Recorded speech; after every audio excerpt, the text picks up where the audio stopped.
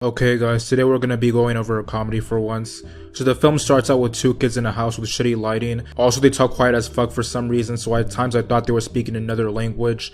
The young one asks for an aircraft carrier, but instead he gets a lame ass paper hat from the older one. So the younger one goes outside and loses his hat to the sewers. Then he meets a bitch ass clown that makes him reach for it. The clown gives the little boy an L, the first of many in this movie. So fast forward like 8 months or something and the older boy is traumatized by the L the clown gave his younger brother. He has like 3 friends, Richard, Edward, and Snot from American Dad. Richard is some tryhard that always has some shit to say. Edward is one of those lame ass niggas that's afraid of germs cause his mom is an idiot. And Snot is just a pussy in general. And all 4 boys are bullied by a bunch of jocks. Meanwhile, there's a girl that's also bullied by some cunts because apparently she sleeps around a lot. And then she's nice to some fat ass that's also bullied. Meanwhile, again, there's a black kid who works on a farm and is also bullied. So some odd shit goes on in the town. Like Snot is studying for a bar mitzvah and sees some disfigured painting woman. Also the black kid sees some niggas burning in some building. And then the clown. Also the fat boy be staying in the library because he's new and has no friends. And the fuck ass librarian tries to get in his way before he tells her to fuck off.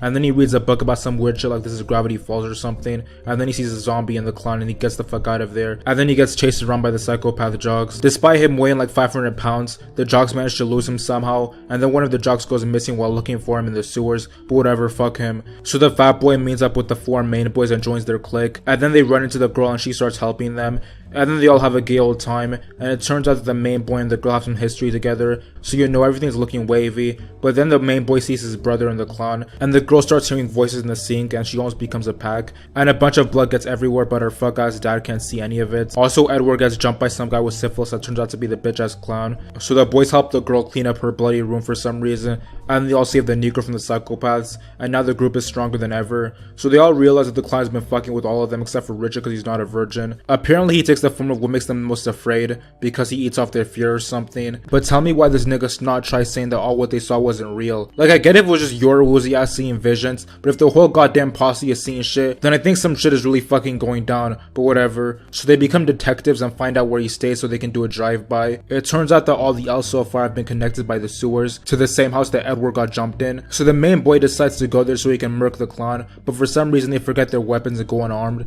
And since everyone except the main character wants to be a bitch, they end up pulling straws to see who has to go in the house. So it's just him, Richard, and Edward. Then the clown splits them apart and completely fucks them over. So after managing to ward him off, the main character and the girl are dead set on smoking a Ronald McDonald pack, but everybody else is a fucking pussy, so they desert the battlefield. Then the clown convinces the leader of the psychopaths to kill his dad and become his hitman. Also the girl murks her dad for being a creep and then gets kidnapped by the clown. So all of a sudden the guys aren't pussy anymore and they try to save her. Also this time they finally bring the fucking sticks like they should have in the first place. So they also decide to stay together, which once again should have been common fucking knowledge as in any other horror movie. While they try to go down the tunnel, they make the black kid go last because you know back of the bus. But before he can get down, the psychopath starts attacking the Negro, but fortunately he managed to eliminate the op. Snot's lame ass wanders elsewhere and almost gets killed until the kids save him. Then the main character chases the ghost of his brother, and the kids see the girl and save her from her coma because the fat boy kisses her. Then the main boy murks the ghost of his brother because he knows it's just one of the clown's schemes. Then there's some long ass fight scene and the clown gets the main boy in a headlock